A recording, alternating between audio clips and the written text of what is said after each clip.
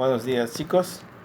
Hoy estamos en nuestra clase de Geografía de México y el Mundo. Estamos hablando sobre el estado de Tabasco.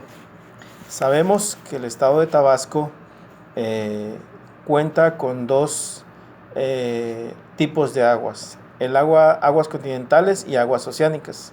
Aguas continentales son las aguas que están contenidas en nuestro Golfo de México, en nuestra zona costera del estado de Tabasco.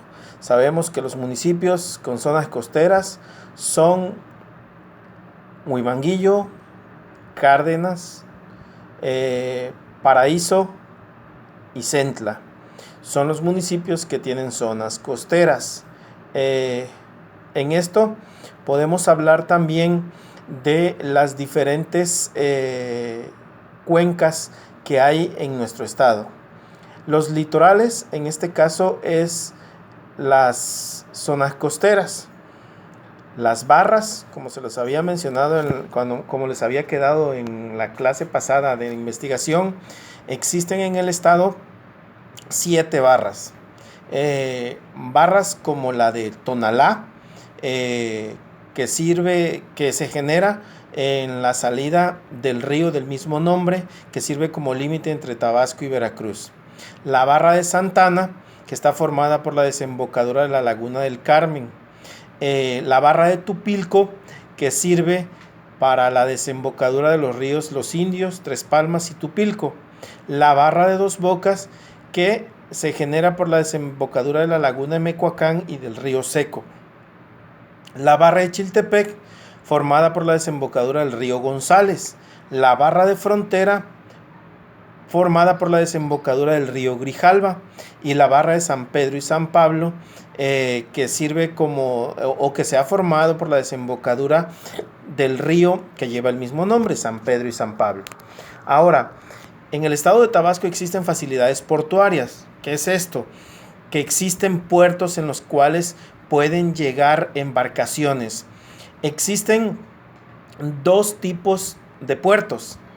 Uno es el puerto de altura, en el cual pueden arribar barcos muy grandes. En este caso, barcos nacionales, barcos extranjeros, con grandes dimensiones.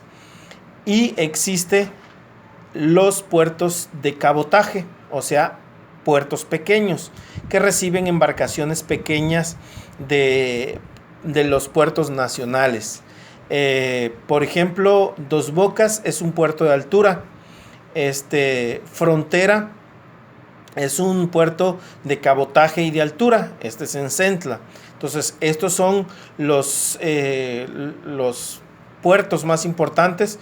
Está el de San Pedrito en Frontera, el de Sánchez Magallanes y el de Tonalá, que está ubicado en Veracruz, pero es administrado por el estado de Tabasco. Entonces, existen también en el estado de Tabasco, enriqueciendo todo esto o siendo parte de estas situaciones muy importantes, existen en el estado cuencas hidrológicas. Estas cuencas hidrológicas son la conjunción o las agrupaciones de los ríos. En Tabasco existen 4 agrupaciones de ríos. Una es la cuenca del Grijalva Villahermosa. Otra, a esta se le suma la cuenca del Tonalá, Laguna de Términos. La tercera es la cuenca hidrológica de Usumacinta y la cuarta es la cuenca de la Laguna de Términos. La cuenca de la Laguna de Términos solo tiene un grupo o un participante, que es la misma Laguna de Términos. Al estado de Tabasco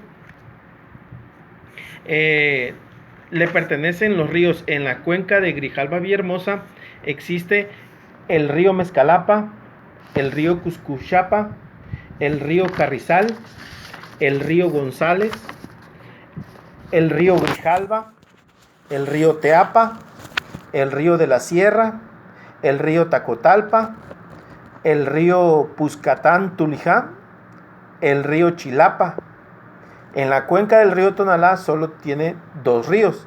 Es el río Tancochapan y el río Tonalá. En la cuenca del Usumacinta existen tres ríos. El río Usumacinta, río San Pedro y San Pablo y el río San Pedro. Estas son las cuencas hidrológicas del estado de Tabasco, o sea, las agrupaciones que tienen los ríos, o estas cuencas que agrupan a todos los ríos en el estado de Tabasco. Bueno, chicos, nos vemos la próxima clase con otro tema. Cuídense, chicos.